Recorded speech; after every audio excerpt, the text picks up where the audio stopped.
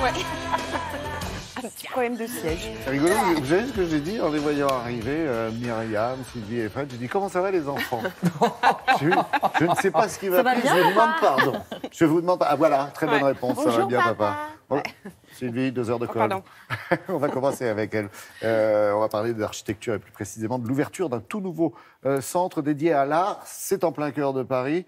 C'est pas une révolution, mais c'est de la réhabilitation. Alors, c'est de la réhabilitation révolutionnaire, on va dire. Ah ben voilà.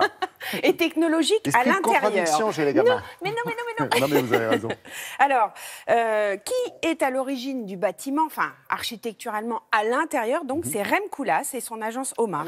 Rem Koolhaas, c'est un néerlandais extrêmement célèbre. Pritzker Prize, prix Nobel d'architecture, ça correspondrait au prix Nobel dans le milieu de l'architecture. Alors, ce bâtiment, il est en plein cœur du Marais, à Paris, vous le disiez. Dans le 19e non, oui. Non, il est du 19e arrondissement, oui. en revanche. Mais oui, je ne connais pas Paris, moi j'y habite pas. Au milieu, 4e, dans le Marais. Et donc, non, c'est rue du Plate, c'est le 3e. Ah bon, on y arrive. C'est un bâtiment industriel. On se met sur GPS et on arrive.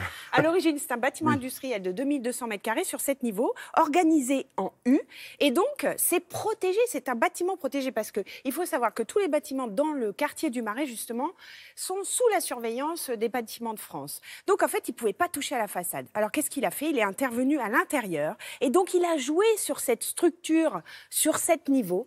Et en fait, il y a mis la technologie, c'est ce que je disais. Et ça, cette technologie-là, c'est un peu sa spécialité, on va dire, dans d'autres bâtiments qu'il a pu faire, d'ailleurs, dont une maison à Bordeaux qui est vraiment référente. Et donc, à l'intérieur, ça donne ce qu'on voit là, derrière vous? Non, pas du tout. Non, pas du tout. Non, c'est un autre bâtiment, ça. Voilà, là, nous y sommes, effectivement. Alors, vous avez envie de regarder, bien sûr. Eh bien, nous avons rencontré tout le monde sauf Rem Koolhaas. Il était coincé dans le train, puis je crois qu'il n'aime pas beaucoup les journalistes. Regardez. Oh, c'est ballot.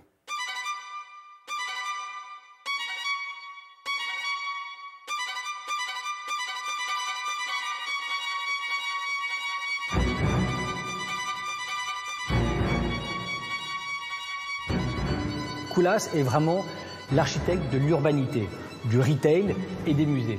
Personne d'autre pouvait mieux que lui réaliser ce projet.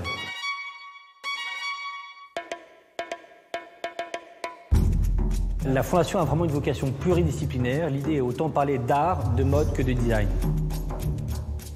Le projet n'était pas de créer une énième fondation, mais bien de créer un lieu de production, un lieu pour les artistes, pour leur permettre de penser et produire sur place.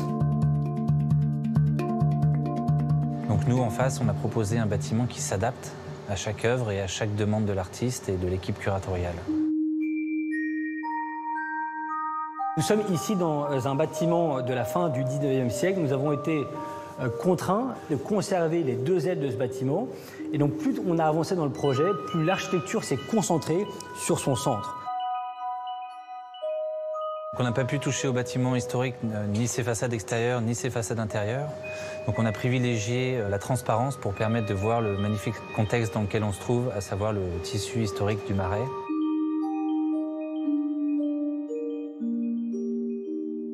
Et la technologie nous a aidés dans le sens où les planchers mobiles nous permettent de donner à voir toutes les hauteurs du bâtiment, que ce soit des doubles hauteurs ou des triples hauteurs, et surtout de changer le bâtiment au fil du temps. Nous nous trouvons au 3e étage sur ces plateformes mobiles et l'architecture au fond est résumée par ces plateformes qui permettent à la fois de démultiplier tous les usages de l'espace et au fond tout son potentiel. Malgré que ce soit un projet assez petit en taille, assez modeste, il a été d'une grande complexité et cette complexité, je pense, c'est très intéressante pour l'agence et pour Rem Koolhaas. On a essayé d'exprimer des matériaux bruts pour mettre en valeur le patrimoine historique et aussi donner un petit peu une sorte de cachet au bâtiment. La question du verre était une question technique évidemment très importante. Il s'agissait de trouver un équilibre entre une grande transparence pour montrer toute la beauté du contexte et bien entendu une performance à la fois environnementale et technique et surtout une expression d'une grande pureté avec le moins possible de structures secondaires.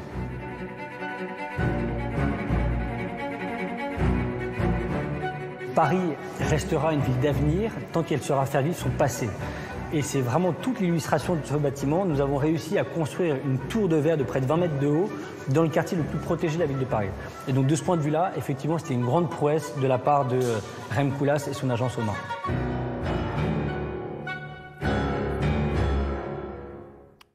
Grande signature au service de Paris. Oui, et alors on peut visiter ce bâtiment et en plus voir l'exposition qui est en cours, celle de l'artiste américaine Lutz Bacher. C'est jusqu'au 30 avril dans le Marais à Paris. Je vous invite à y aller parce que c'est vraiment un très beau bâtiment. Merci Sylvie.